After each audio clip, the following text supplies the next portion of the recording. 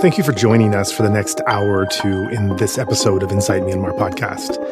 In an age of nearly limitless content, we appreciate that you're choosing to take valuable time out of your day to learn more about what is happening in Myanmar. It's vital for this story to be heard by people around the world, and that starts right now with you.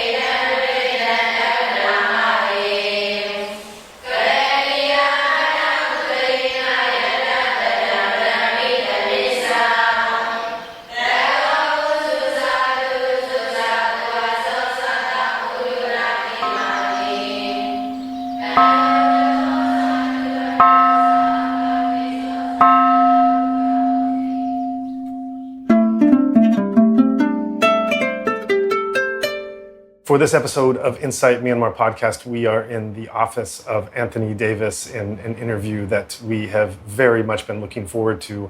Anthony, can you introduce our listeners to yourself and your background? Yes. First of all, let me say thank you very much for the opportunity to be on this podcast and to talk to your listeners. I've been based in Bangkok for many years, since the late 70s. So during that time, I've been looking at insurgencies around the region, primarily in Afghanistan during much of the 80s and 90s, but also in Myanmar, in Indonesia, in the southern Philippines, and actually not least in southern Thailand.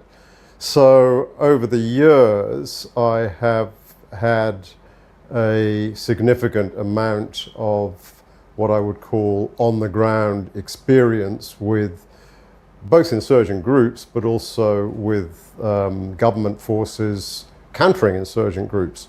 So looking at insurgency and low-level, low-intensity conflict from both sides of the ledger, as it were.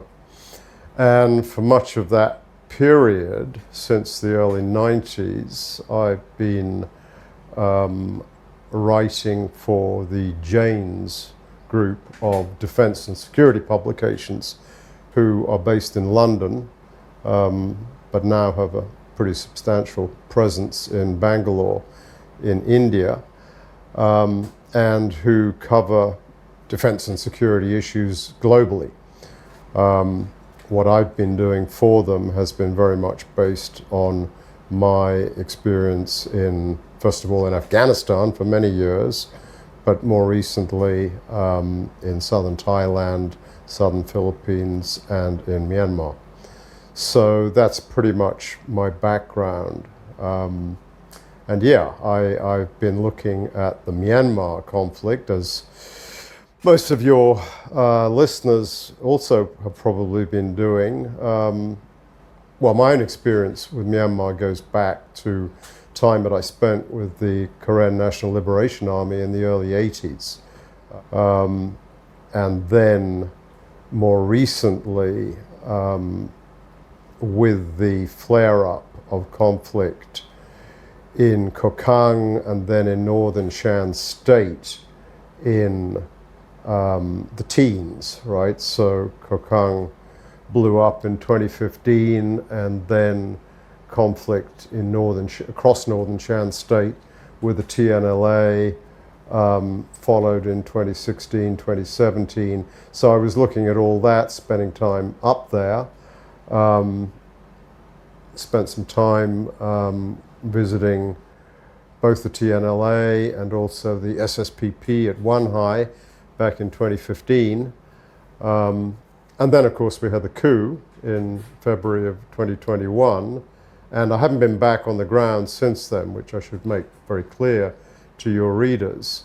Primarily, not because I have any disinclination to be on the ground, but primarily because the pressure of my work has been on producing analysis, which obviously is very difficult to do if you are on the ground. And as your listeners will be fully aware, being on the ground in Myanmar, there's no point in popping across the border for a couple of days and saying hello and then coming back again.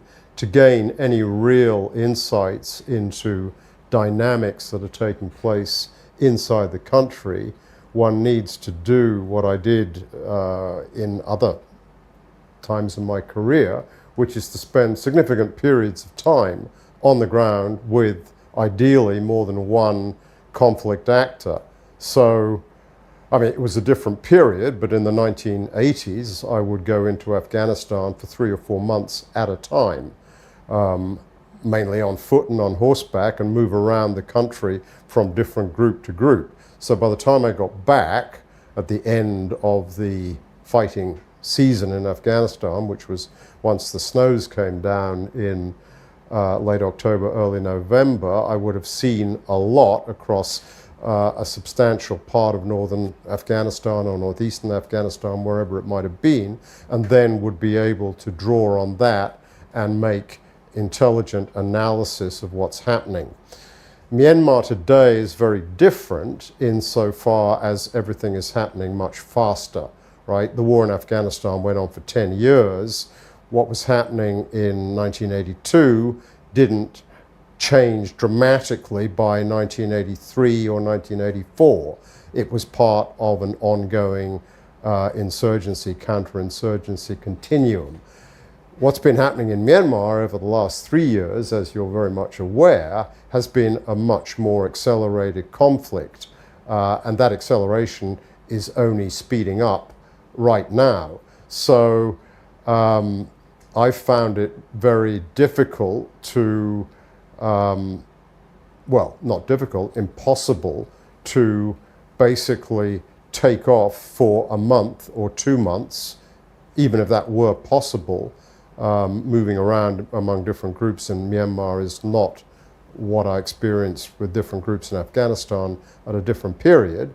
But even if it were possible, I don't have the leisure of being able to take 2 months away from the desk I'm sitting at now and come back and try and pull a lot of things together after that period of time. The pressure on me is to be absorbing information which is coming out of Myanmar, courtesy of a lot of amazing Burmese journalists from all communities who are risking their lives on a daily basis and producing really good information. So my job, as I see it, at least right now, is to be looking at that information, absorbing it, thinking about it, and trying to put forward some sort of analysis. So that's where I am today. Thank you. Thank you for that introduction. And I think I want to segue by going right into that mass of analysis that you're making sense of, as well as the speed with which it's coming from those on the ground that are providing it to us. And to go back to the beginning in the early days, immediately after the coup, in February 2021, you famously wrote an article entitled "Why Myanmar's Military Will Win in the End." Yet as the conflict has stretched on, your views have gone through this dramatic transformation in real time as you have absorbed more information with the fast-changing conflict. So can you walk us through what led to this primary analysis in this initial article, and then what factors led to you changing your opinion? Yes, I think there are two important things to make clear with regard to that article. First, because of the pressure of events, the coup, and what followed in terms of mass peaceful demonstrations against it across the country, there was a demand for analysis, right? And yeah, we learn lessons in life as we get older and have more experience. And what I realized looking back were two things. First of all, that I jumped into that analysis within, I think, less than 3 weeks from the coup. It was in February, as you just pointed out. So the coup was on the 1st. So this would have been, I think, mid-February. So within 2 weeks, I jumped into making an analysis which was, if you like, I had my face further rubbed in the mud by the fact that I didn't choose the title of that piece, right? Yeah. I wrote the piece. Titles are chosen by editors. Yeah. In this case, the editor of Asia Times. Editors in this day and age are driven by clickbait. So they want as many clicks as they can get on that article. And if they're going to say that the military is going to win, they're going to get a lot of clicks.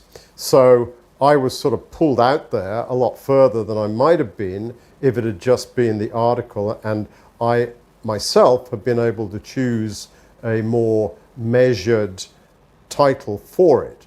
But that was a luxury I didn't have.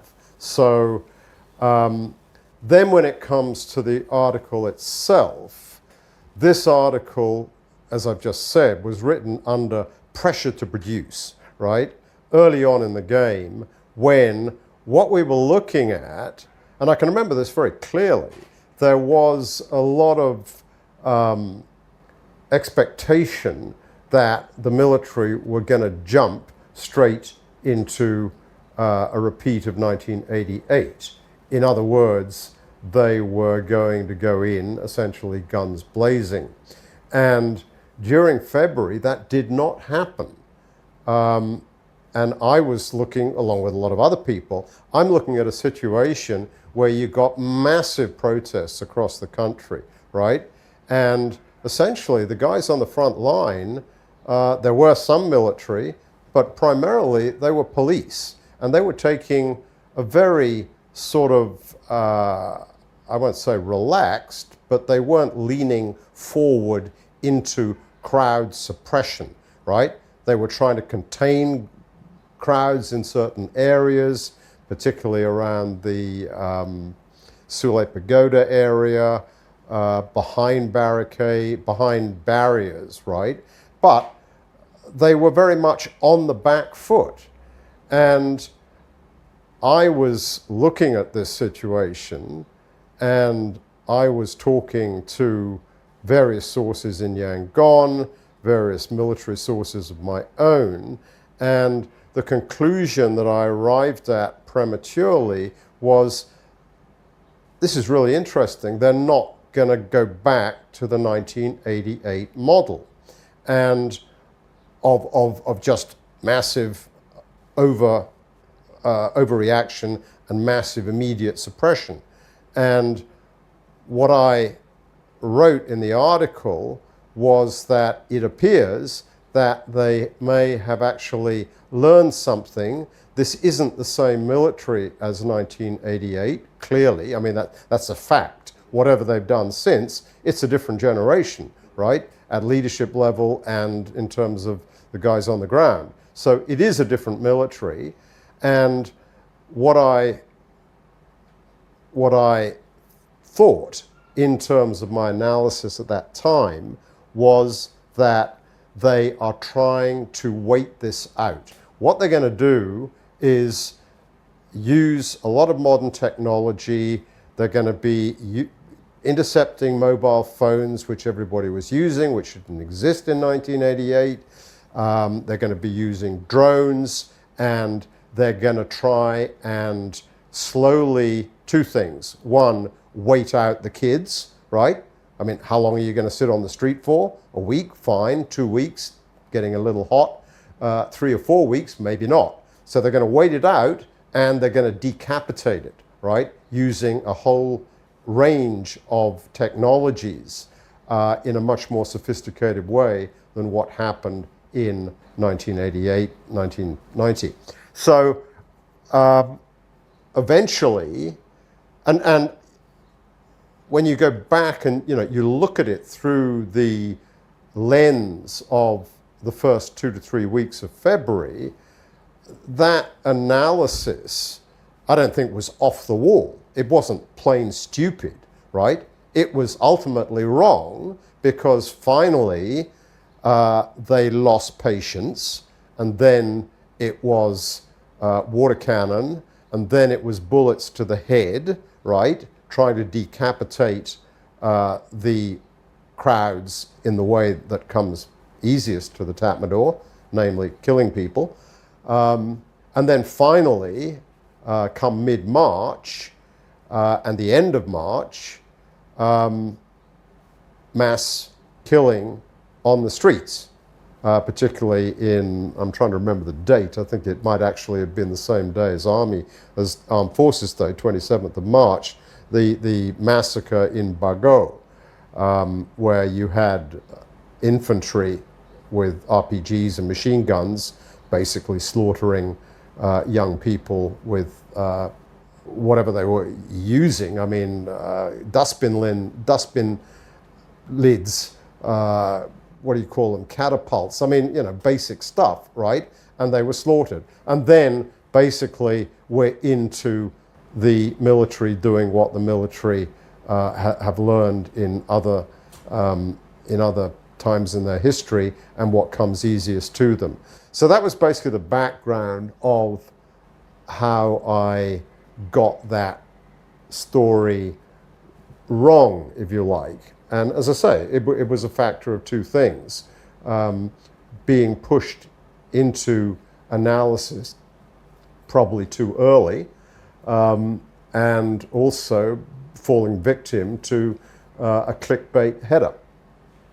Right. So thanks for the background on that article. It's nice to know the behind the scenes. As a reader, you just see the fully formed article, That's picture, right. Headline, everything. You don't That's know right. the backstory. I think it's very valuable for our listeners to know how this came to be. But then the next part of the question that I'm very intrigued, and I think many would be, is I think as you started to get more analysis and process that and write more articles, you responded genuinely to the information you were getting, and your opinion started to change with us. So can you walk us through how your analysis and opinions started to change in the months after that article? What were you seeing that led to a new analysis?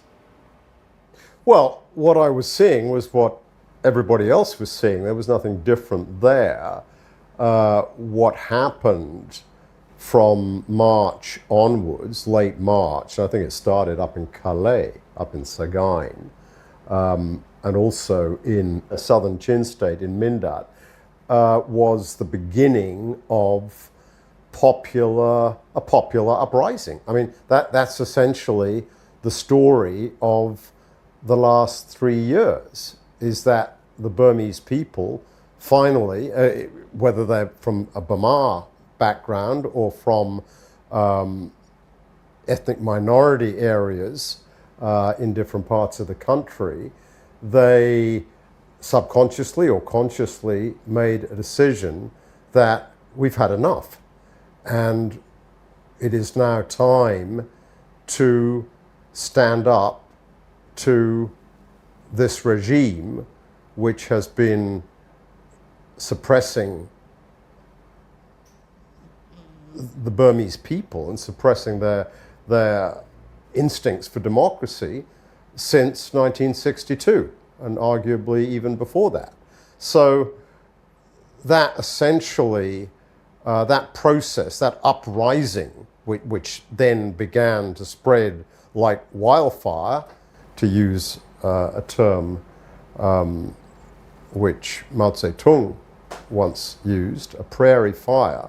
I mean, once that took off, then basically everything is in a whole new context, because you're dealing with what even then, but increasingly since then, has taken on a revolutionary flavor. Flavor is the wrong word, it's too trite. This is a profoundly revolutionary metamorphosis of Burmese society. at all levels, political most obviously, economic, social, and perhaps most important, generational. This is a revolution driven by young people from their teens through until their mid-30s, 40s, and whatever, who have decided that we are not going to put up with what our parents were willing to put up with for all those decades. And once I'd realized that, and it's always irritated me that I believe not enough foreigners, particularly in the regional setting in Southeast Asia, not enough of the diplomatic community in the region, but also beyond, in the broader Western community, they do not fully understand that this is a revolutionary transformation of Myanmar society. And if they did understand that, they would adopt a very different attitude. It's because they believe that it's essentially perhaps driven by Burma elites, military, political, whatever, and has essentially spread from that basis. Because they believe that, they overlook or dismiss the much more fundamental driver behind this whole conflict, which is a revolution, which once a revolution has begun, you don't just wrap it up in a series of negotiations between a bunch of old people and put it back in the box. It's gonna move forward one way or another. We don't know how it's going to move forward, but there is no way that this is going to be put back in the box and dusted up tidily and we all move on or go back to the status quo ante and the military survives in some form and the NLD comes back in some form, whatever. That's not going to happen. Basically, the marbles are now loose on the table and nobody can say exactly how this ends, but it is a revolutionary process. Given that's very interesting that you're describing that you're seeing this as fitting the definition of a framework of a revolution, which you're then also saying other analysts and diplomats are not catching that, and so the analysis and the response they're making is perhaps misinformed or incorrect in understanding it. That's a. I think. If I may interrupt you, I think it's less analysts. I think most analysts now, if they're serious analysts, right?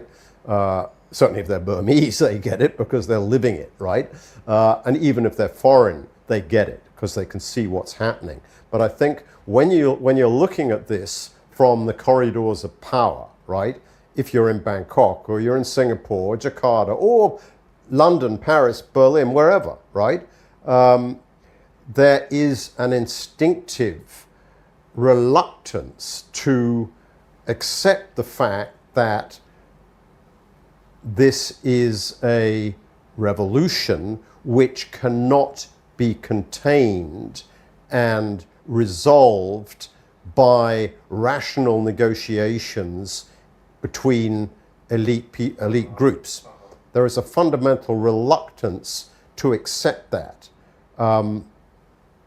I think it's essentially subconscious that these sort of things can be sorted out if there is enough goodwill, rationality, etc., which is where the famous 5-point consensus came from in April of 2021 in Jakarta. That mindset. And admittedly, that was early on in the game, so there might have been a more realistic hope even then of basically containing this thing and shutting it down. There wasn't that level of awareness, which there certainly is now, that this is a revolutionary process which cannot be shut down, right? But even given that mindset in among diplomats, among politicians in the corridors of power around the world, there is an unwillingness to accept that. Why do you think that is? Because people like that live in a world of rationality, of air-conditioned offices, of tidiness, of they have a mindset which necessarily depends. I mean, diplomacy is all about bringing people together to avoid precisely what we're seeing. And to that extent, this unwillingness to accept the revolutionary nature of what's happening in Myanmar, it's a fundamental problem. I mean, it goes against all their, quote, better instincts, all their training, right? If you're a diplomat, your training is about avoiding this sort of thing. And if you say, well, ultimately, we are actually looking at a revolution here and we don't know how it's going to end, I guess you turn to another problem or go home. I mean, you don't have a lot really to offer. Well, there's a lot that can be done in Myanmar within the context of a revolution, but that's another story. But in terms of the big picture, how do we as the international community, as international diplomats, how do we resolve this? How do we put it back in the box? That's pretty much gone. So given the stakes that you plot out and your analysis of what this conflict actually is in revolutionary terms and what it is not, and perhaps the logical, more rational way that you see diplomats responding to it, what historical precedents would you compare to what we're seeing now in Myanmar? That's a good question, because I don't think there are any historical precedents. I mean, there have been no shortage of revolutionary upheavals in this region and beyond in recent decades, right? Since, well, the beginning of the last century at least. But I think one would struggle to find a precedent in terms of a national uprising, a spontaneous national uprising that clearly had been brewing for a long time, right? Going back decades, going back to the repression of the 1960s and the 70s and the 80s in particular, right? And this had been brewing, but come the coup, I mean, the coup was the catastrophic mistake on the part of Min Aung Hlaing that set the whole thing in motion, right? And once it had been set in motion, there was no going back. So in terms of a revolution that developed from a mass spontaneous uprising, I can't see any other precedents. Really? Yeah. I mean, normally in terms of in terms of my own educational background at university, I studied for many years revolutionary struggles before I was actually in a position to move around the region and see some of them succeeding and some of them failing, right?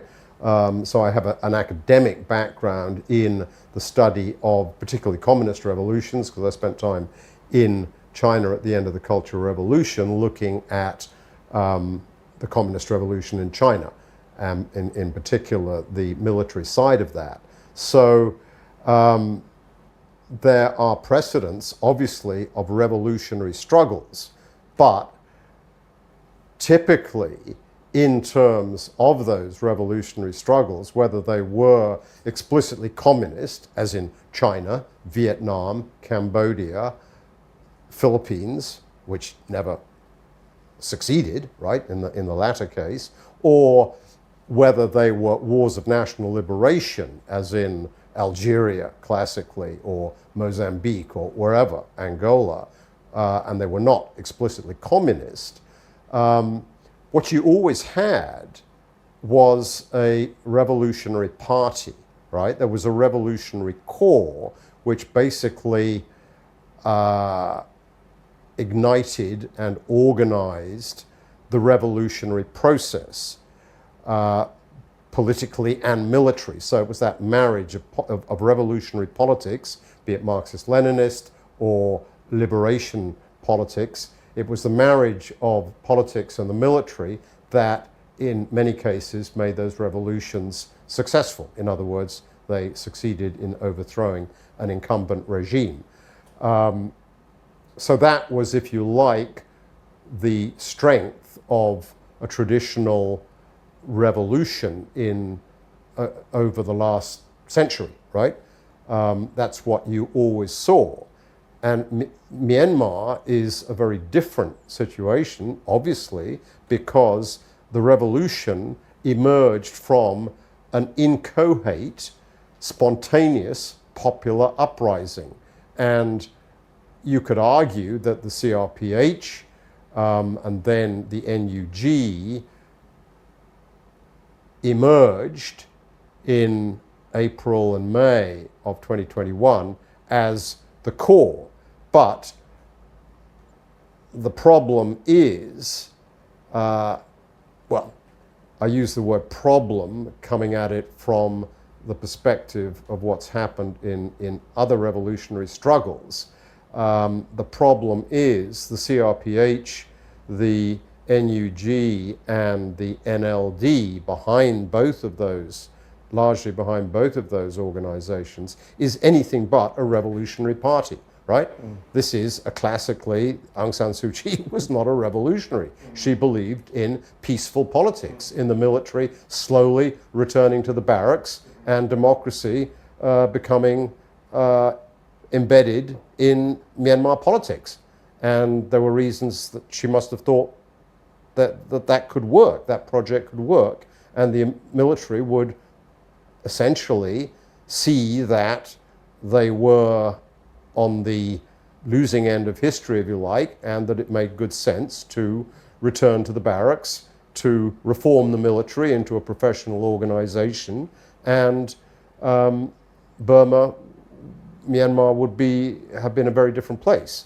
But they were that was clearly beyond their capabilities, beyond their vision. Their vision has always been exerting total control, or largely total control, over this society that would protect their economic and social privileges.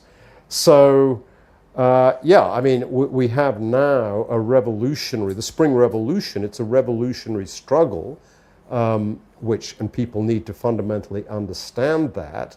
But the problem is there is no revolutionary core at the center which can direct and organize that struggle. So, I mean, that is very much an issue when you're looking at, as I do, military organization, because what we see in the ethnic periphery of Myanmar today is military organizations, be they the AA, the TNLA, the KIA, etc., etc., etc.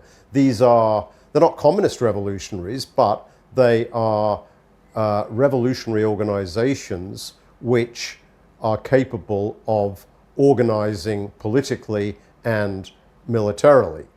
And this is a military struggle, so the latter is as important as the former.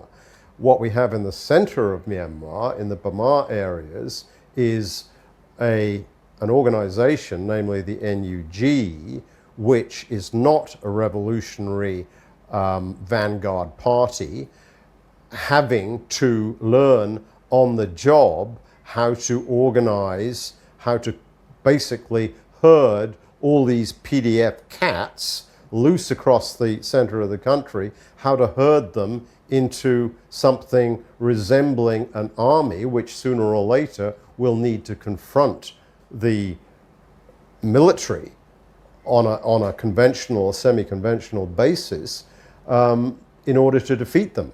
And if they are unable to take that organizational process through to its necessary conclusion, then this entire project could go badly wrong. So yeah, it's a revolution, but without a single revolutionary core, and that is a fundamental impediment to its success. So is it fair to say that you can't really think of a historical precedent that would in any way be comparable to what we're seeing now as Myanmar plays out? No, I can't, for two reasons, and I think I've alluded already to both of them. Yeah. One is the fact that, as we're all aware, Myanmar is so complex in terms of its ethnic makeup. So that's one thing, which that militates against any one revolutionary core, right? And then you have the spontaneous nature of the uprising and the fact that the CRPH, which morphed into the NUG, is clearly emerging from a total non-revolutionary background. They're not revolutionaries, right? They want to go, initially, the idea was, well, let's go back to the status quo, right?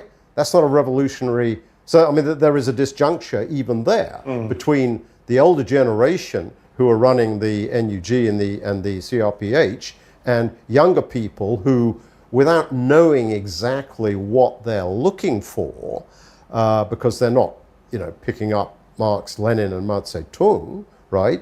They don't know what the revolution is going to be beyond federal and democratic. Those are good words, but the younger generation, which is the real impetus behind the revolution, the Spring Revolution, don't really know where they are going in specific terms. Or they are, it would probably be fairer to say, they are struggling to muddle through what is necessarily going to be an exceedingly complex process.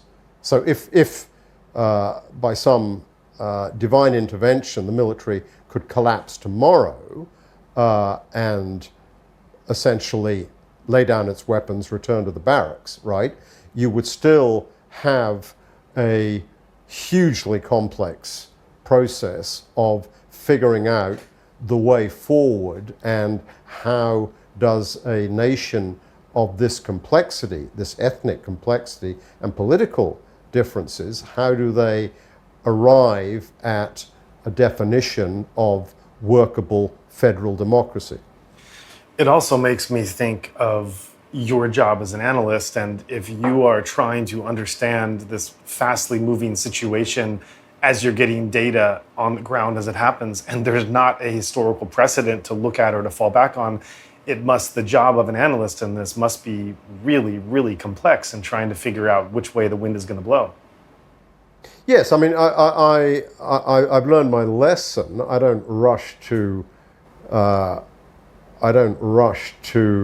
produce in the same way that I did in February of 2021. But I suppose two things. My work also involves, my work for Janes involves reporting, right, with an analytical overlay, right, for a global audience who are not, unfortunately, that focused on Myanmar, right?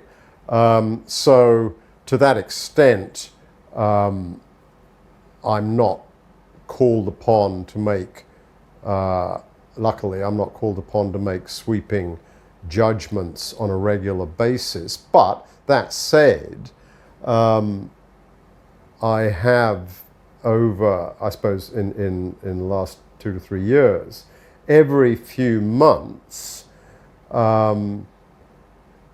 as I see a trend emerging or something that worries me, and then I'll let it sort of gestate in my head for a while, and then I will try and put together something that anybody can have access to, because unfortunately Jane's content is behind a very high paywall.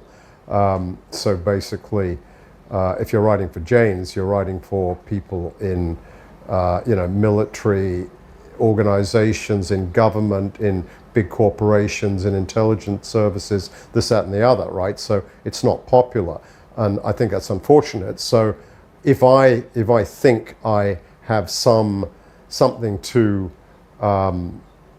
offer in terms of a broader analysis of where this thing might be going or what might improve prospects in any specific area, then I will write that for, typically Asia Times, which is not behind a paywall, and anybody can click on it, and I now make very sure that I see the title of the article before it goes to print, and I work with a great editor who facilitates all of that.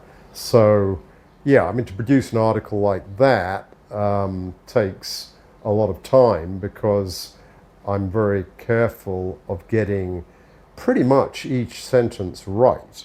I don't just sort of dash it off and hope for the best.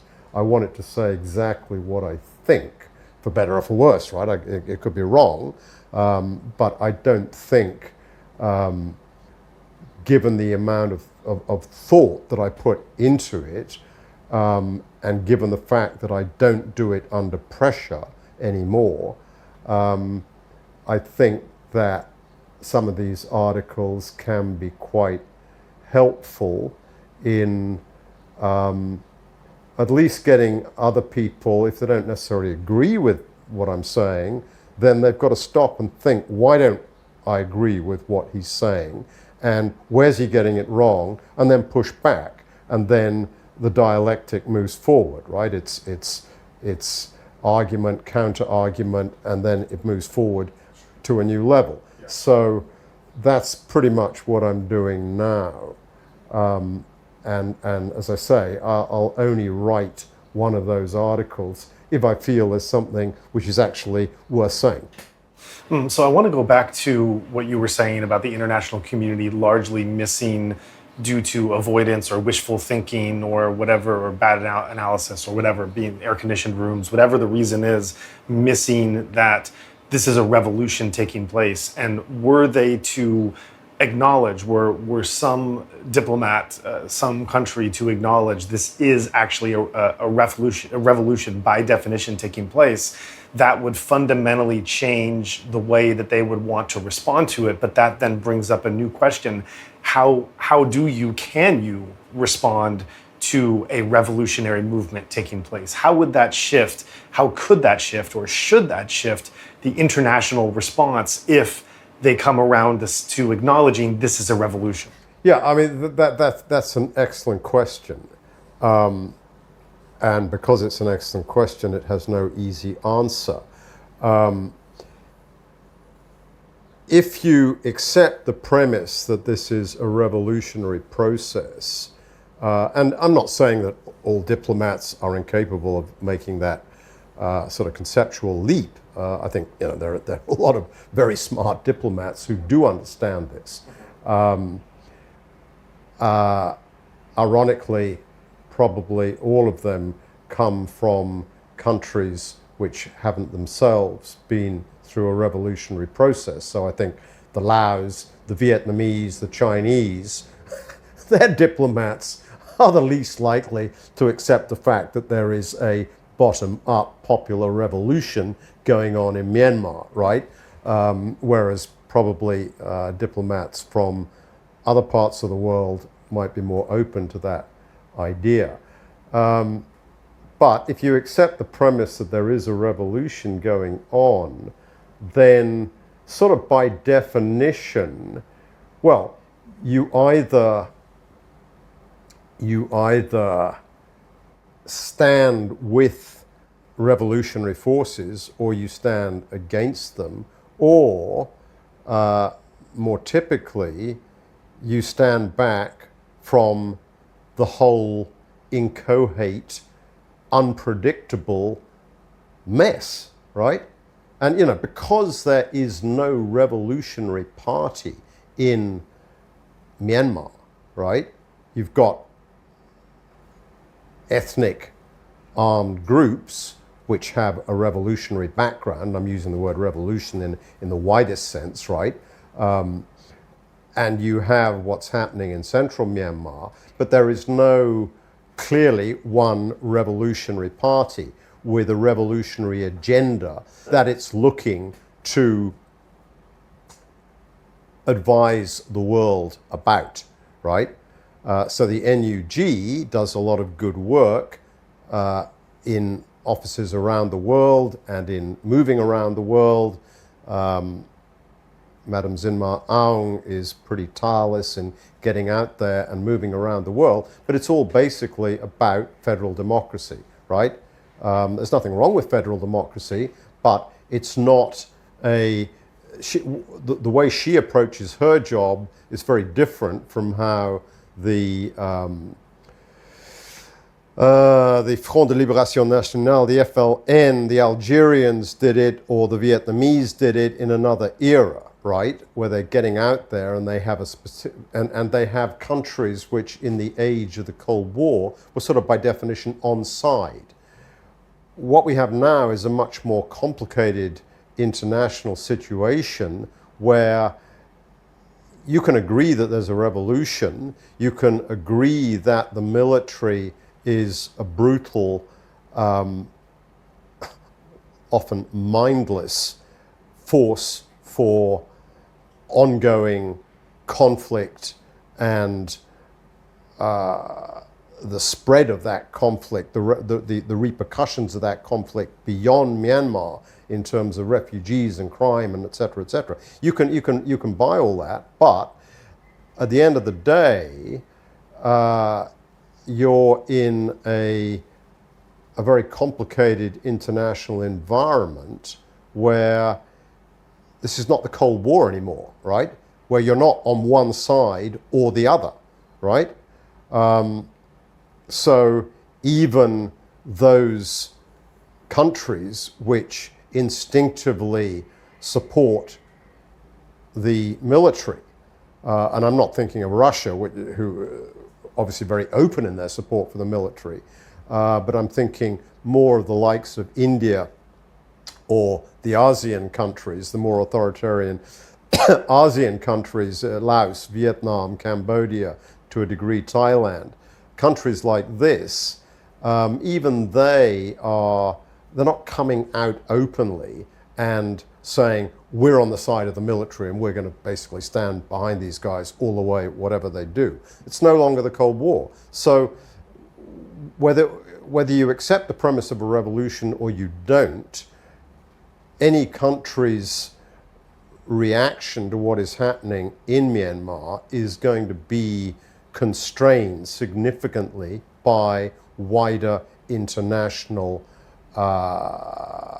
factors in terms of the increasingly fraught international environment that we now live in.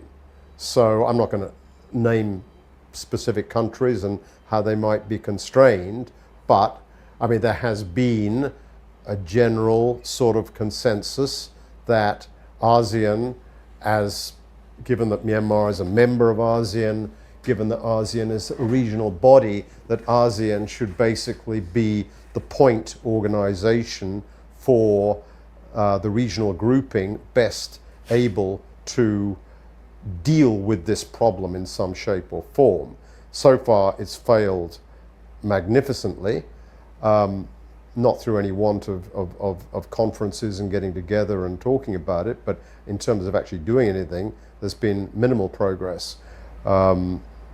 And, well, let's not prejudge what we see on the border in terms of humanitarian aid in recent days, but I think it would be remarkable if that took off and became something much, much bigger in keeping with the incredible demands of having 2.7 million displaced people across the country, right? So I don't think ASEAN is going to be able to step up to that degree. But basically ASEAN has been defined by the international community as the point organization for dealing with this. And therefore, that allows a lot of other countries the space not to have to get involved in the nitty-gritty of what's happening, because all those other countries are dealing with much, much bigger fish, whether they're in Europe and they're confronting Ukraine, whether they're in this region and they're confronting what's happening in the South China Sea or the East Sea, et cetera, et cetera. I mean, everybody is dealing with much bigger fish. So the point is that there is a rationale behind just leaving it to ASEAN and trying to follow through as far as one can follow through on the humanitarian side. And, you know, going back to your original question, maybe that's the best that we can expect. Insofar as this is a revolutionary process, it's incredibly messy, it's incredibly complicated, it follows its own dynamics, which are very difficult to predict. So it doesn't make much sense to try and get too tied down into the weeds. But what everybody can agree on and should be acting on, arguably at much greater speed than what is happening now, is the need to push in humanitarian aid, one way or another, whether it's ideally through EROs, ethnic resistance organizations, or, you know, ultimately, yeah, there is a dilemma. Do you want to give the SAC the credit of handing out aid? No, we don't. But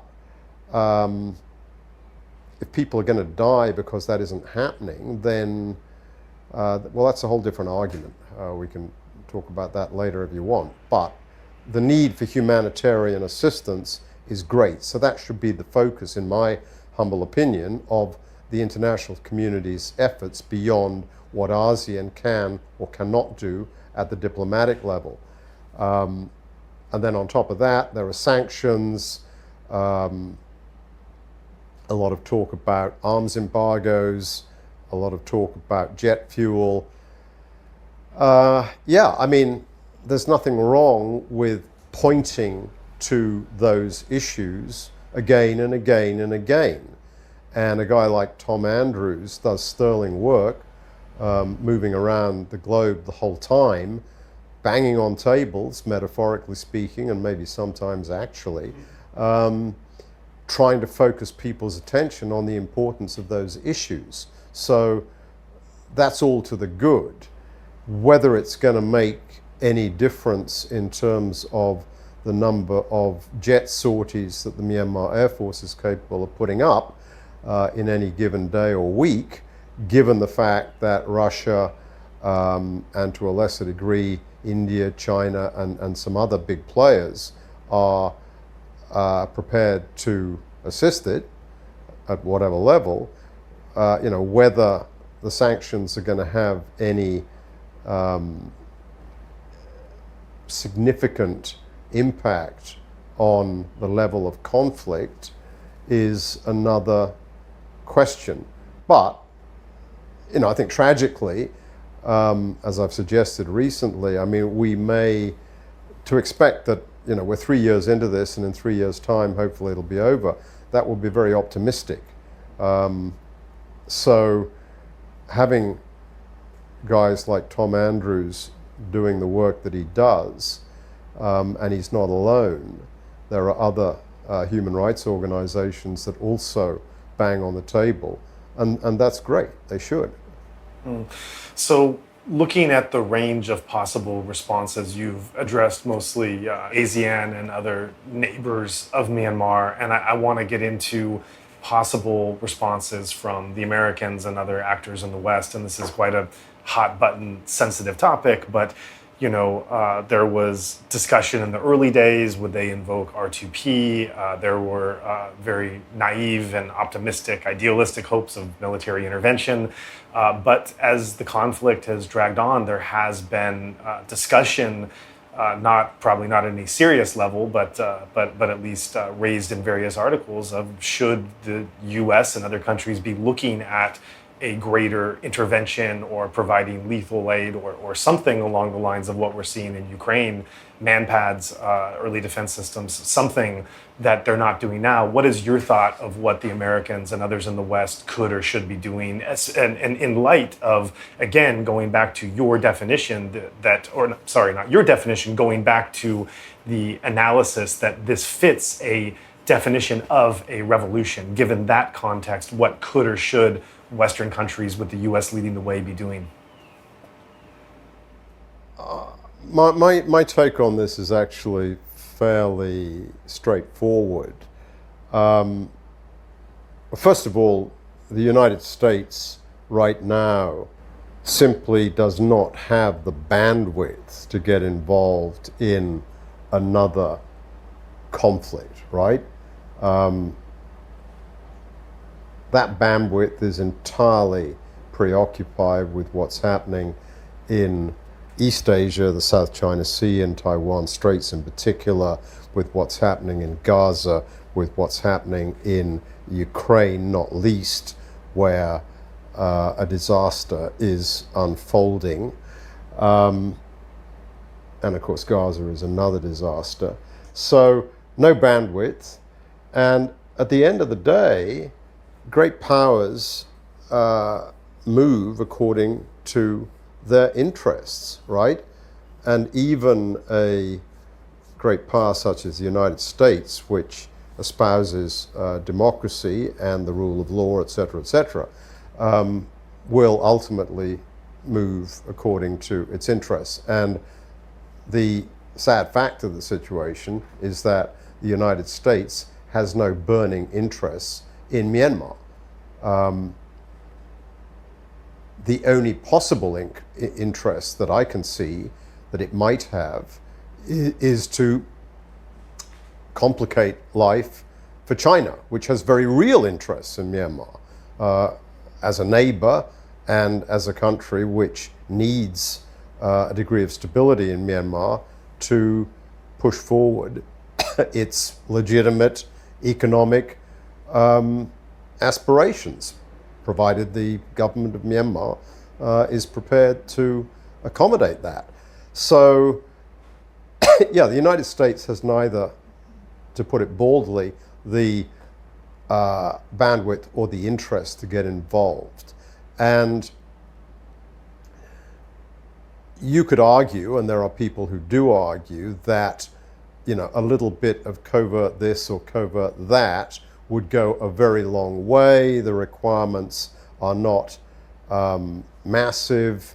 A little aid could make a big difference, and I think that's true. But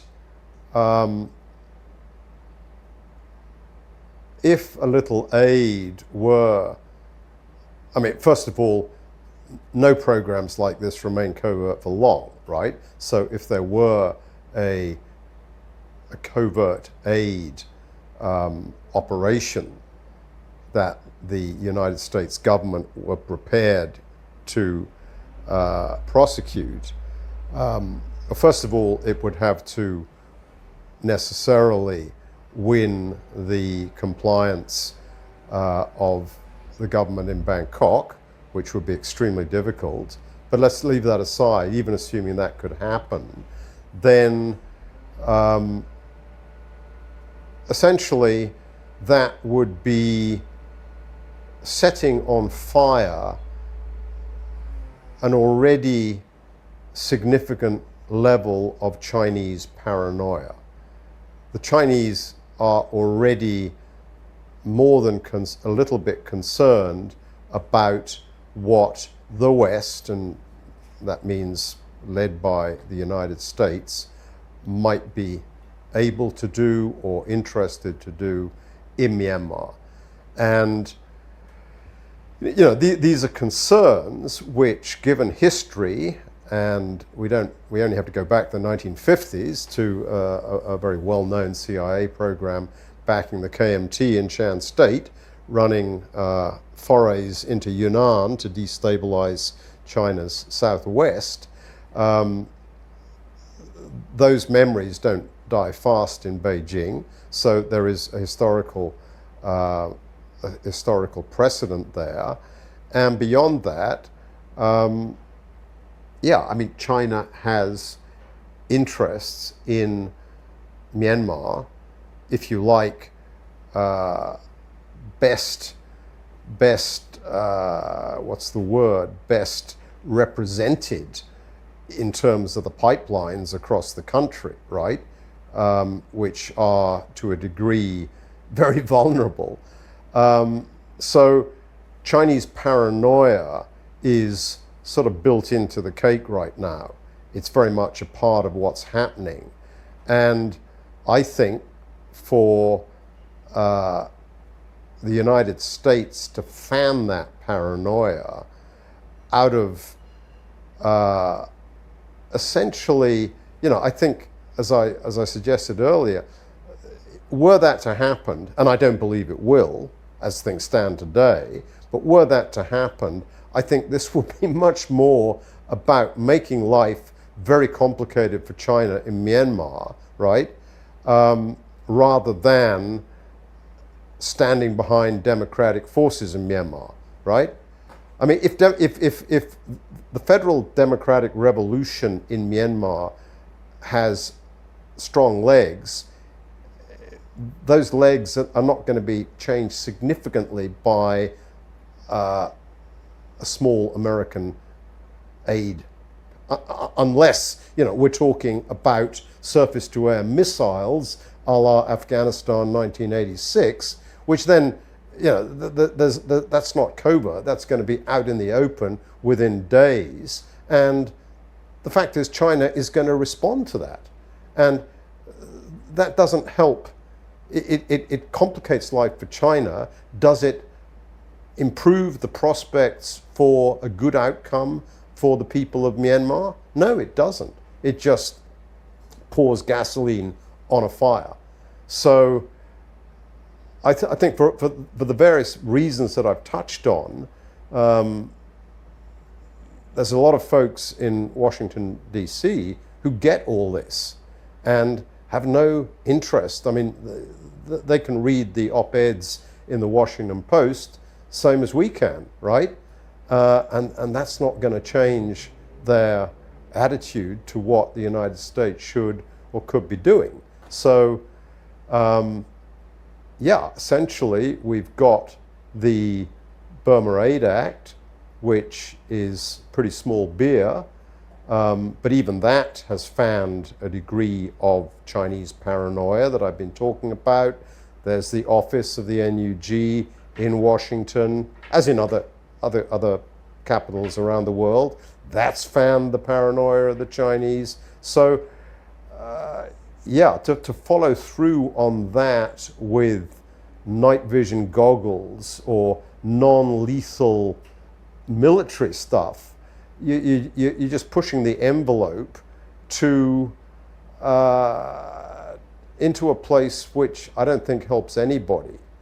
And the success or otherwise of the military struggle in Myanmar now would certainly be changed by surface-to-air missiles, which would move the conflict into a whole higher level.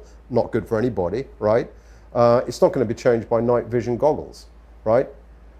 Or for that matter, by, I don't know, better encrypted radio communication devices. Maybe that could be helpful. But at the end of the day, these are not strategic assets. They're not going to change the trajectory of this conflict one way or another. I think over the last 2-3 years, folks in Washington who are looking at this issue, amid everything else that's going on, so we're not talking a lot of people, right?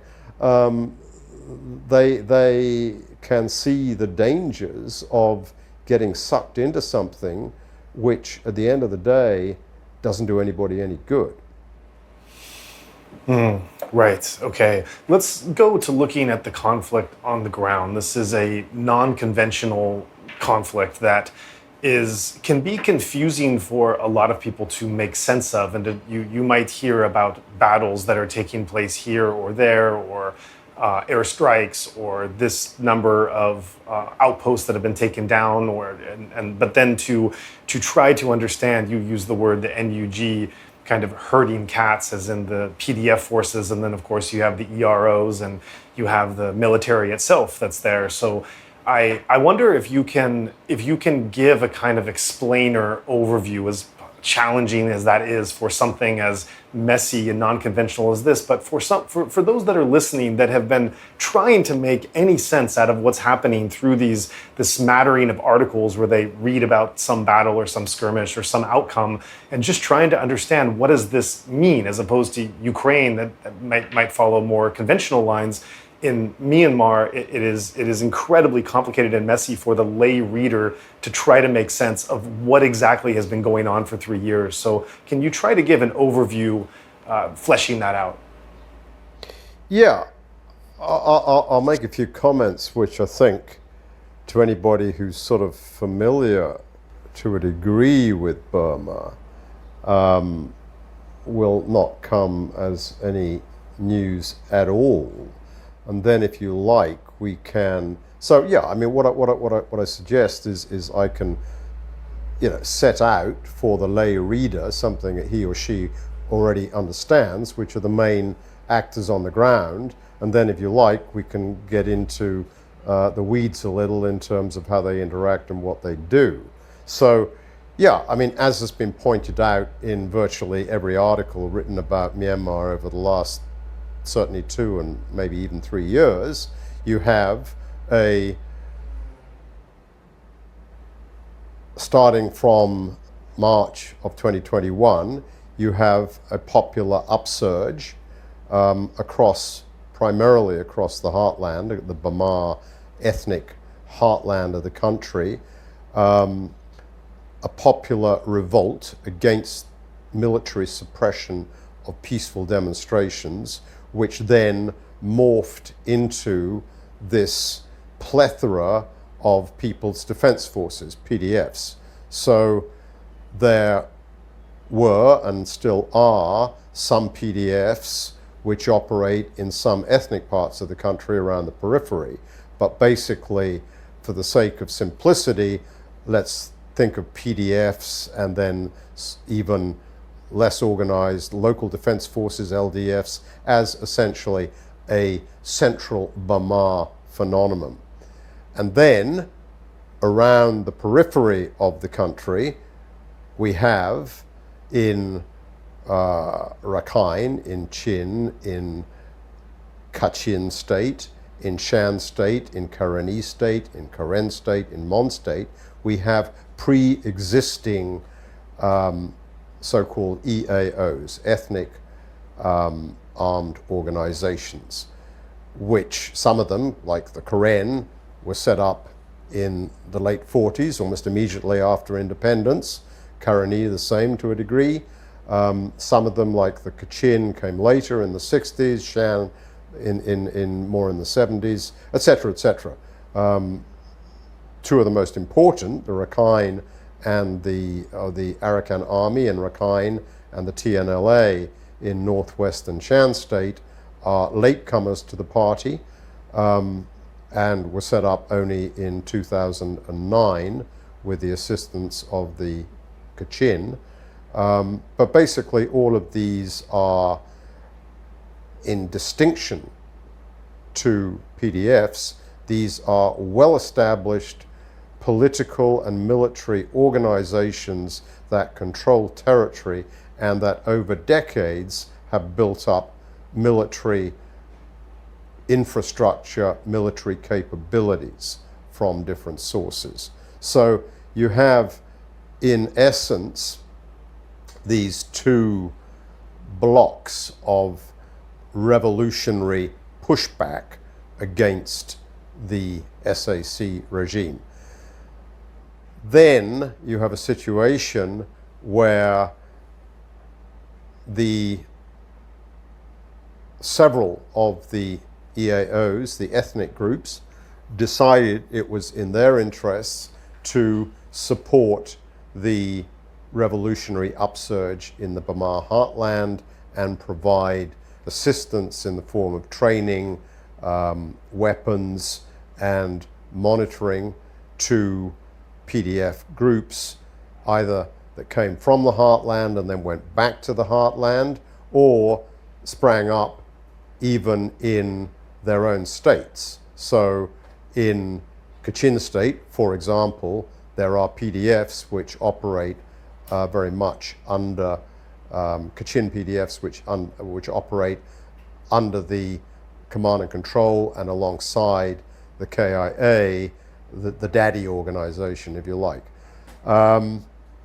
So that's basically the sort of and then there is a more complex element to this, where the ethnic groups have been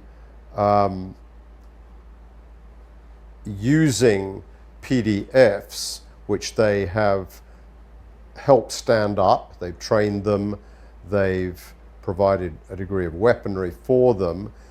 They then use those groups to essentially form buffer areas around their own states. So this is something you can see very clearly with the KIA operating in Upper Sagaing region, right?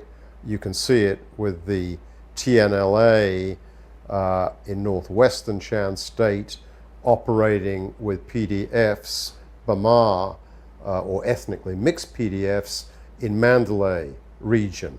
So in this manner, these ethnic groups essentially set up buffer forces around their territory, which then can very clearly be used to project power and resistance, well-organized resistance this time, into the heartland, if they so choose.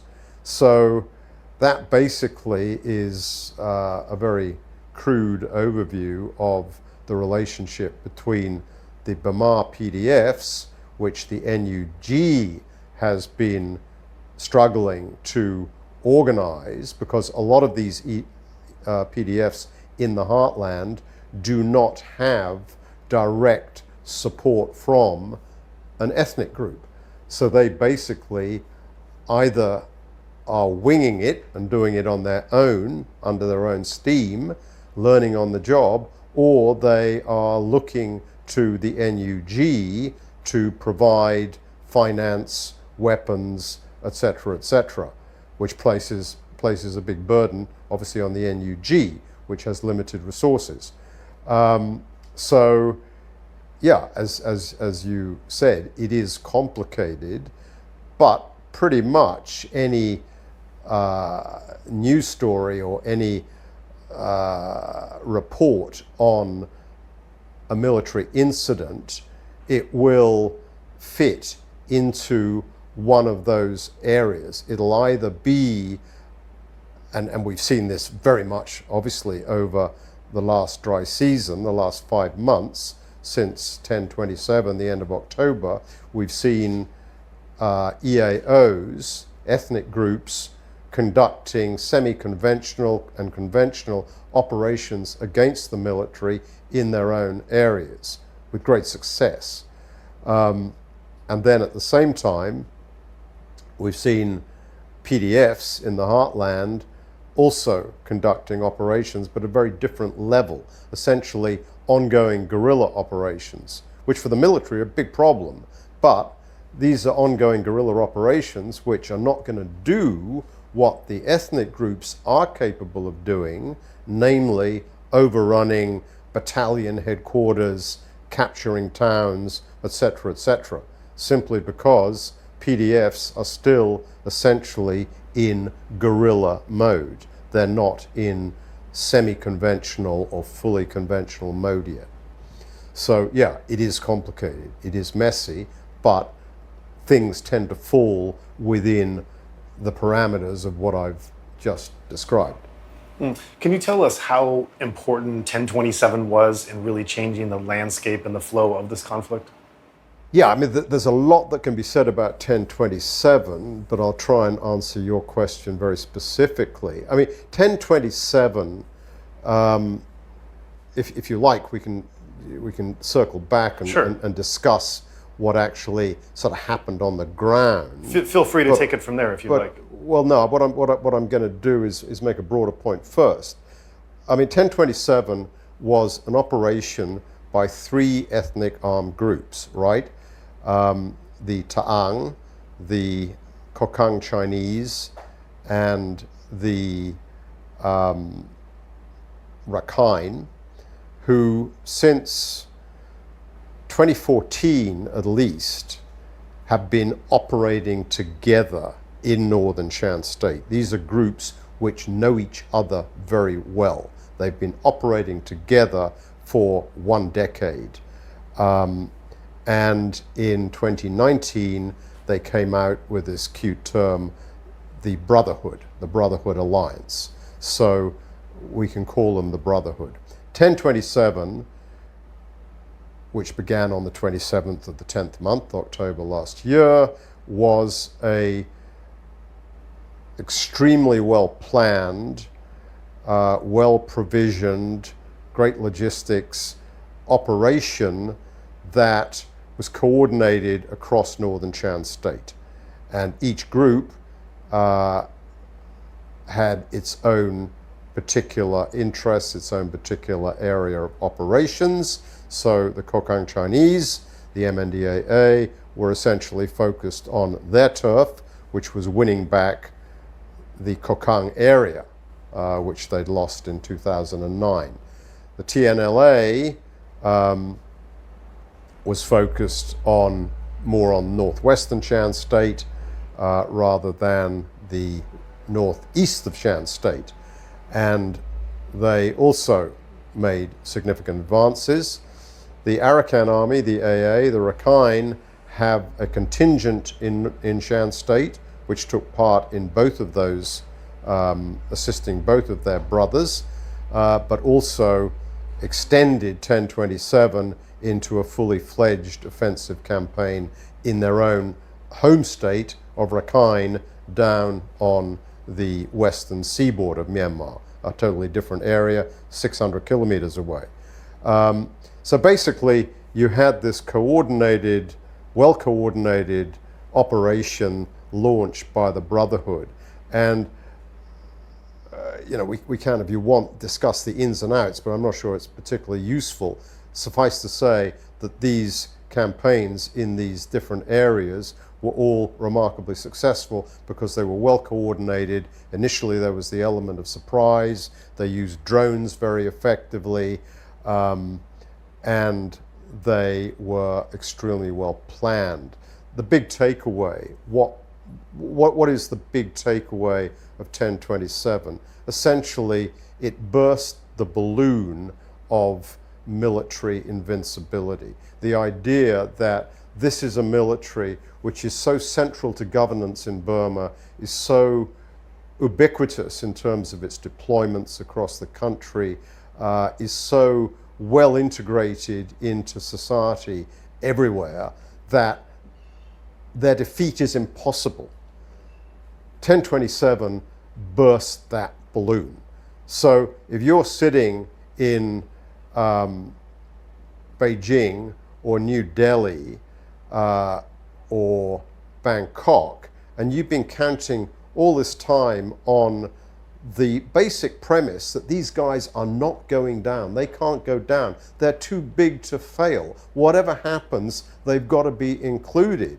And then you see this invincible army getting rolled over like a bunch of schoolboys. I mean, this is remarkable stuff, really remarkable.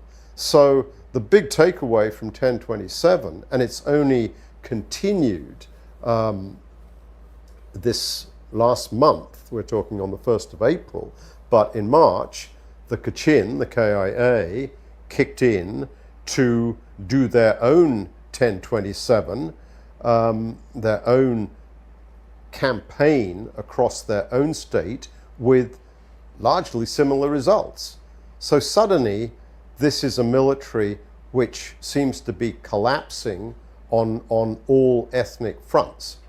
And if you have had that fundamental premise that they're too big to fail, you better rethink that. They're not necessarily defeated.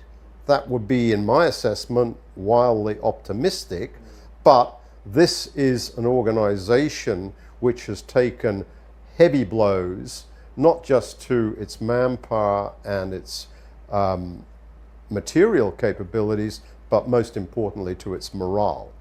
And this has been a big shock to everybody looking at Myanmar. I mean, 6 months ago, nobody, whichever side of the divide you're on, whether you're inside Myanmar, whether you're outside Myanmar, whether you're pro-military, pro-revolutionary, nobody could have conceived of this. And I sort of wonder whether the Brotherhood themselves realized that they were going to be as successful as they were. I mean, it's worth noting that in 2019, when they first called themselves the Brotherhood, they did actually conduct a coordinated campaign in August that year in northern Shan State, operating all three of them together at a much lesser level. They weren't looking to take towns or storm battalion headquarters, but they cut roads, they cut trade, they overran outlying posts. They showed themselves what could be done. So, you know, in terms of what I just said about did they realize how successful it was going to be, given that experience in 2019, they knew they could operate together. They trust each other on the ground, which is a big plus.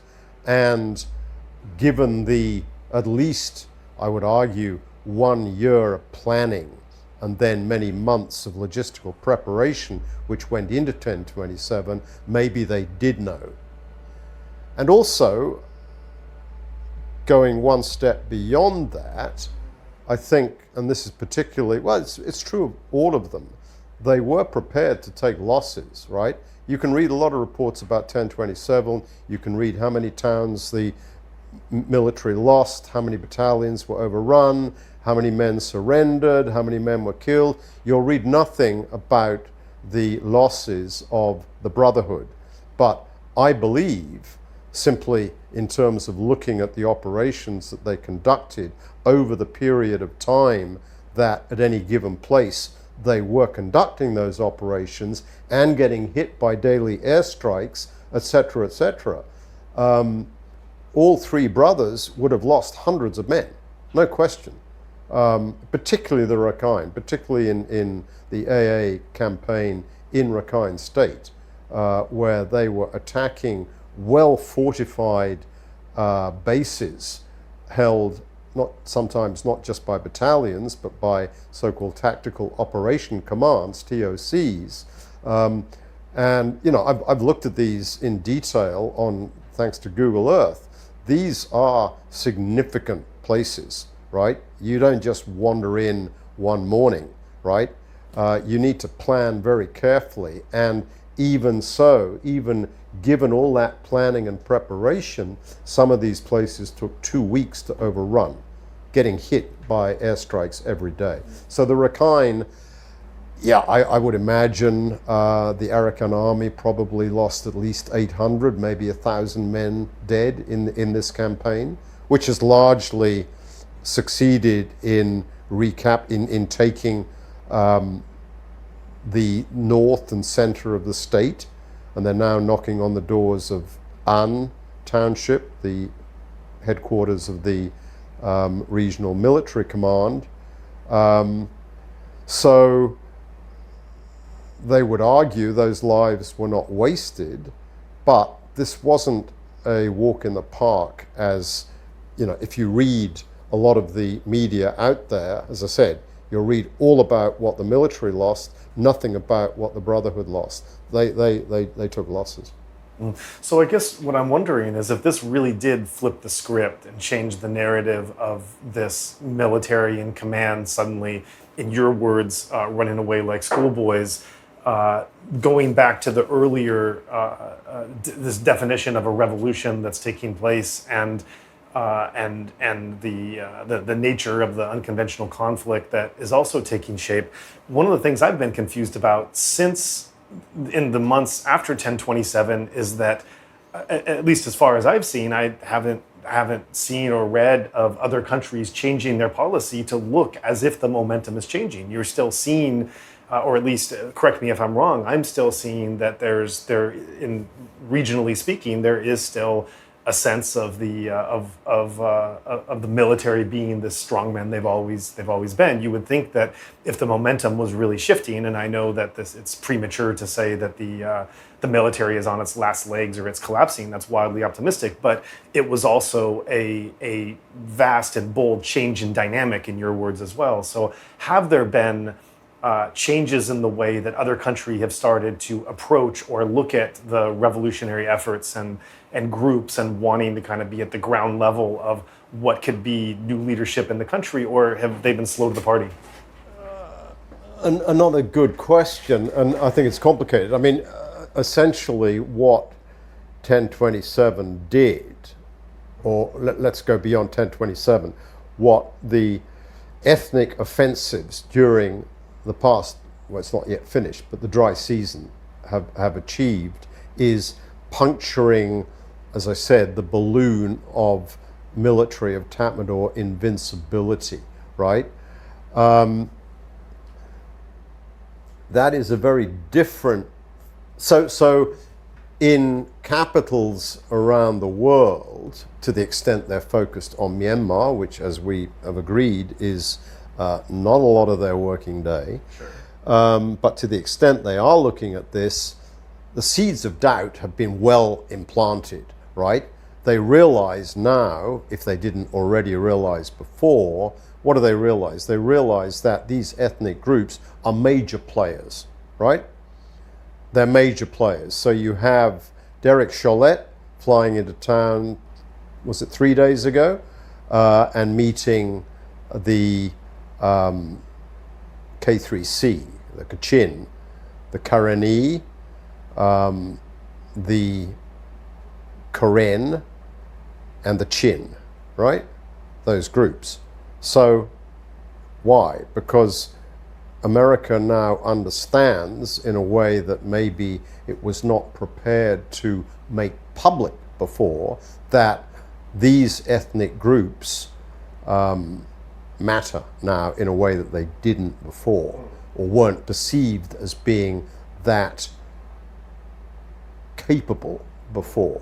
So whether you're looking at this essentially from a Western point of view, which broadly wants to see a democratic federal Myanmar emerge, or whether you're looking at it from the point of view of, let's just say, more conservative powers such as India, China, some ASEAN countries who are largely happy to go on working with the military, the seeds of doubt are now there, right? They can't deny this has happened. But to translate that, for anybody to translate that into a victory lap would be wildly premature. I mean, nobody, you know, including somebody like myself, to the extent that I have any, any understanding or any bearing on things in a more broader sense, I'm not saying that this is time for a victory lap at all. My concern is that things are going to get a lot worse. So basically,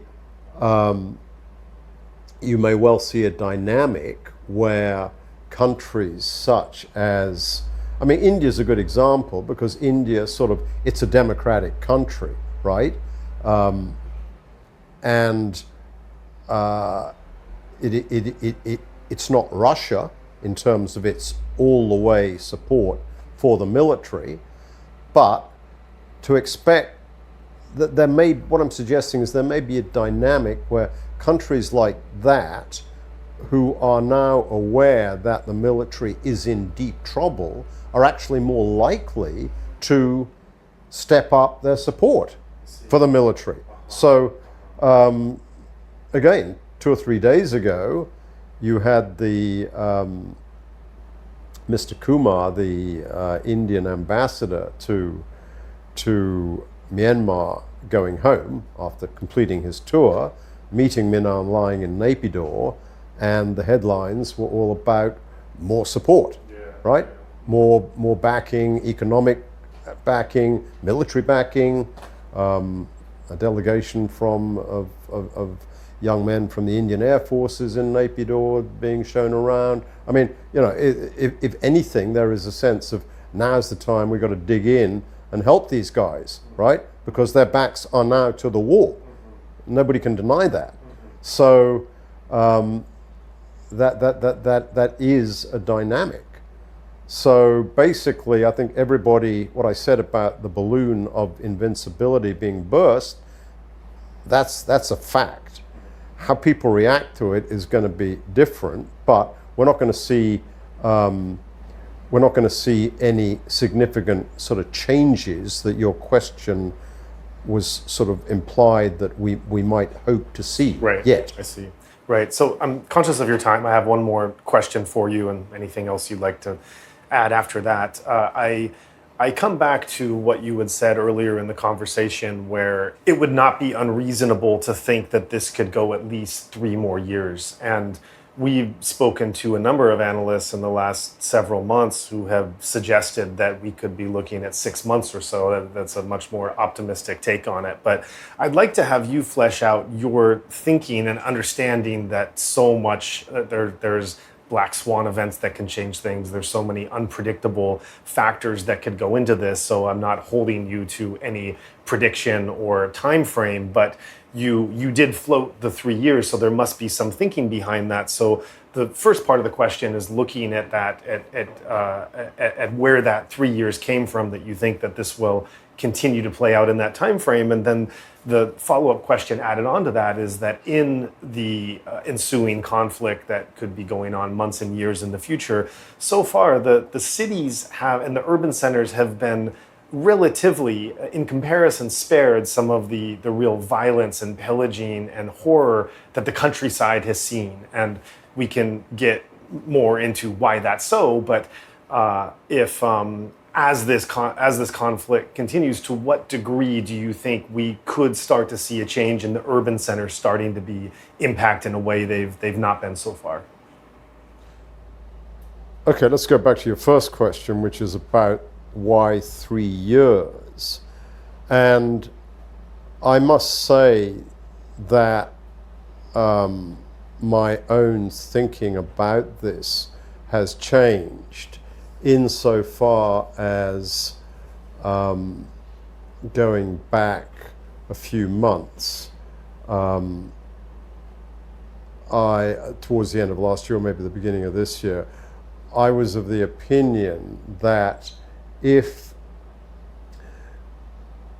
the military lost Rakhine State, that the impact of that defeat after everything that's happened in Shan State, after the 1027 from late October through to early January, if Rakhine State were then to collapse the same way, the political repercussions in Naypyidaw would be such, particularly on army leadership, within army leadership and on Min Aung Hlaing as a less than popular within the military leader, would be such that this second major defeat, the loss of a whole state.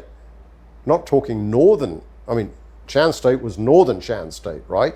The military still has a significant presence in Taungji and the Triangle and Kengtung, this, that, and the other, right? Rakhine, we're talking the whole state. This is massive, right? Now, this hasn't happened yet, right?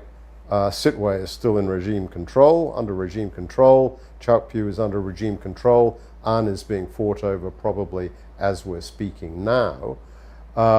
So it's not as if the AA has wrapped it all up, but it's conceivable that, but perhaps with the exception of Sitwe, the state capital, they could wrap it all up by the rains in May, June, right? My thinking earlier in January was perhaps January, February, was that, again, such a defeat would have significant political impact in Myanmar, in Naypyidaw, and perhaps see a change of leadership at the top of the army, right? In other words, a group of officers go to Min Aung Hlaing and say, sir, this really ain't working. You need to take a 3-month holiday in Moscow and we'll see if we can sort this out. So basically a change of leadership. What we're seeing now, even without that total loss of Rakhine, but a loss which is nonetheless looking increasingly likely by the day, I don't think that's going to happen anymore. So basically, I think the military is going to dig in behind Min Aung Hlaing, right? There's a raft of reasons for that, which we probably don't have time to get into. But I don't think it's conceivable, but I don't think it's likely that there's going to be regime change within, right? Let alone a coup, as in implying some degree of violence within. That's, in my opinion, that's very, very unlikely right now. So basically, we see the military now having lost in Shan, lost in Rakhine, losing in Kachin. Karenni state is largely gone. The Karen are on the warpath, as they always are, and just took Papun the other day. Chin state is a few isolated military garrisons dotted around, which, you know, given a push, could go pretty much rapidly. So the military is basically sort of backs to the wall in the heartland.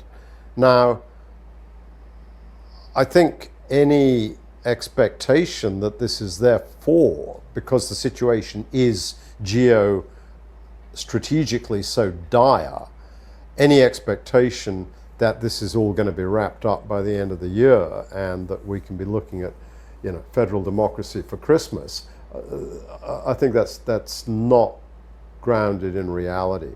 These guys are going to fight, and for the reasons we've already discussed in terms of the disparity between what the ethnic armies have organizationally and have achieved on the ground on the one hand, and on the other hand, the lack of strategic unity in strategic cohesion among PDFs across central Myanmar. Because of that disparity, what we're looking at is a continued struggle for the heartland, which I think, you know, in a best case scenario, could very, very likely go through until the end of next year, maybe into 2026, and in a worst case scenario, could go beyond that to no happy conclusion, right? Insofar, by a happy conclusion, I mean somehow the military steps back, realizes that there is no, there are losses in the heartland which force the sort of scenario that I already said I don't think is going to happen right now, namely Min Aung Hlaing takes a flight to Moscow and generals step in essentially to say, okay, there's no point in going on anymore. We don't need to fight in Naypyidaw or in Yangon. and therefore we'll go back to the barracks and we can have a national ceasefire. So that's not going to happen in the coming 2 to 3 years, in my opinion. This struggle for the heartland will, in a best case scenario, be a 2-year affair, and in a worst case scenario, God knows how it ends. So I think that's the first thing. Your second question was about urban areas, and I believe, because essentially it's military common sense, and you know, you can look at this in terms of numerous historical precedents. If the struggle for the heartland will essentially be about the countryside, you know, it's classic Maoism by definition in terms of what we're looking at, right? You don't have to be a communist or a Maoist intellectual to see this. It's about the countryside surrounding the cities, right? That's how this is going to play out. And as I said, I think this is likely to go on for way more than a year, maybe more than 2 years. Within that context, within that basic strategic focus of revolutionary forces, PDF forces becoming better organized, better equipped, and more effective in the hinterland, what you will see, because as I say, it is basic common sense, is you distract and divert your enemy by making life difficult for him in his zone of comfort, namely major urban areas, right? So as the struggle in rural areas becomes more intense, as I believe it will, what you're going to see from the NUG and PDFs under their command and control is very deliberate, targeted attacks inside urban areas to divert and distract. They won't be, if they have any sense, they won't be looking to overrun those areas, but diversion and distraction is the name of the game. So the military is essentially focused on what's happening in the hinterland, but is always being confused by what could happen or what just did happen in Yangon, in Mulmine, in Mandalay, etc., etc. And you don't see the EROs leaving their ground to come to support that battle in the heartland? That's a hugely important question, because if EROs were to do that, and some of them are right on the edge of that, and I'm thinking the TNLA, which has a very intimate relationship with the Mandalay PDF, right? And they're on the edge of Mandalay region. If you look at the Karen, who have also PDFs under their command and control, now operating in eastern Bago, around Taungu, not that far from Naypyidaw, right? Or you look at what's happened in recent days of the Arakan army moving across the Arakan Yoma into Magwe division, right? Magwe region, rather. The operation in Ngape is the one I'm talking about. It doesn't necessarily imply the AA is going to push into Magwe region in any significant sense. But what you're asking about is very much on the cards. Whether those EAO commands will want to pursue that, either separately or in concert, is a hugely important question, because if they were to pursue that, the conflict would probably come to an end a lot quicker than otherwise.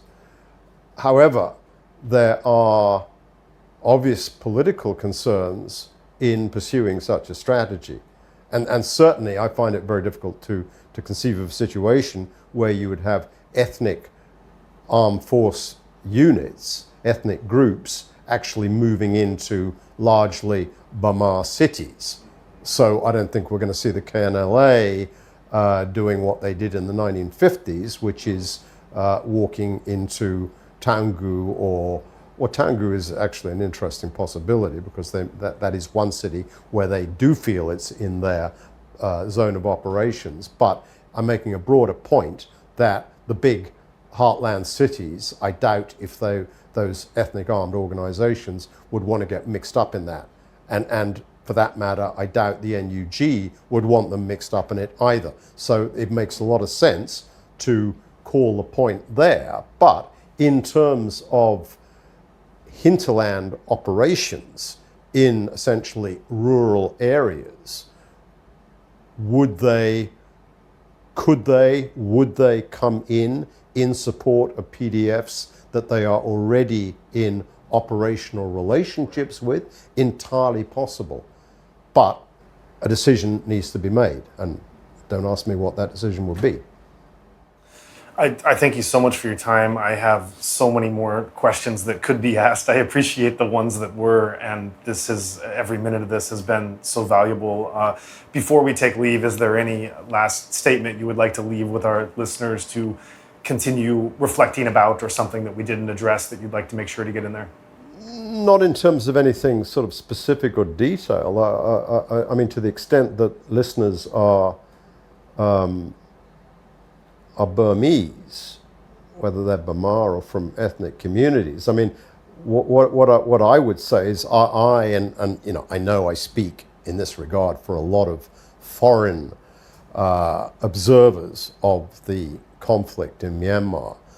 I think all of us have been humbled by the amazing resilience and strength of spirit that citizens across Myanmar have displayed over the last 3 years. It's been in my opinion, without precedent. And so many people have lost so much. And that's been really humbling. And I would simply say that this is a struggle which, given the losses to date and given what's been achieved to date, is worth prosecuting to the end. Mm-hmm. It's worth pushing on. Mm-hmm. It's not in the short term going to get any easier. I fear it's going to get tougher, bloodier, harder. But I think the nature of this revolution has underscored for everybody who's looking at it, whether you're Burmese, whether you're inside the country, whether you're a foreigner, or whether you're a Burmese outside the country, it doesn't matter. Everybody realizes that this revolution is about putting an end to a morally bankrupt regime.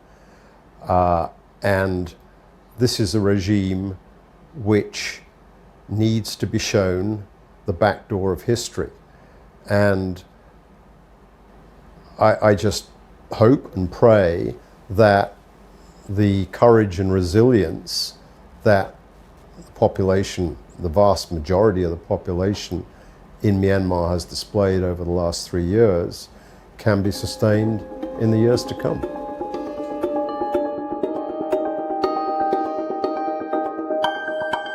Many of you know that in addition to running the Insight Myanmar podcast platform, we also formed a nonprofit, Better Burma, to respond to the terror that the Burmese military has been inflicting on the country and its people. We encourage listeners to check out our blog to see what work Better Burma has been carrying out, along with the upcoming projects we hope to support. Right now, as I'm sure you all know, and today's interview only reinforced, that the ongoing need is overwhelming. A donation of any amount goes towards those vulnerable communities who need it most, and it will be so greatly appreciated. If you would like to join in our mission to support those in Myanmar who are being impacted by the military coup, we welcome your contribution in any form, currency, or transfer method. Your donation will go on to support a wide range of humanitarian and media missions, aiding those local communities who need it most. Donations are directed to such causes as the Civil Disobedience Movement, CDM, families of deceased victims, internally displaced person IDP camps, food for impoverished communities, military defection campaigns, undercover journalists, refugee camps, monasteries and nunneries, education initiatives, the purchasing of protective equipment and medical supplies, COVID relief, and more. We also make sure that our donation fund supports a diverse range of religious and ethnic groups across the country. We invite you to visit our website to learn more about past projects as well as upcoming needs. You can give a general donation or earmark your contribution to a specific activity or project you would like to support, perhaps even something you heard about in this very episode. All of this humanitarian work is carried out by our nonprofit mission, Better Burma. Any donation you give on our Insight Myanmar website is directed towards this fund. Alternatively, you can also visit the Better Burma website, betterburma.org, and donate directly there. In either case, your donation goes to the same cause, and both websites accept credit card. You can also give via PayPal by going to paypal.me/betterburma. Additionally, we can take donations through Patreon, Venmo, GoFundMe, and Cash App. Simply search Better Burma on each platform and you'll find our account. You can also visit either website for specific links to these respective accounts or email us at info@betterburma.org. That's Better Burma, one word, spelled BETTERBURMA.org. If you would like to give in another way, please contact us. We also invite you to check out our range of handicrafts that are sourced from vulnerable artisan communities across Myanmar, available at alokacrafts.com. Any purchase will not only support these artisan communities, but also our nonprofit's wider mission. That's Aloka Crafts, spelled ALOKACRAFTS, one word, alokacrafts.com. Thank you so much for your kind consideration and support.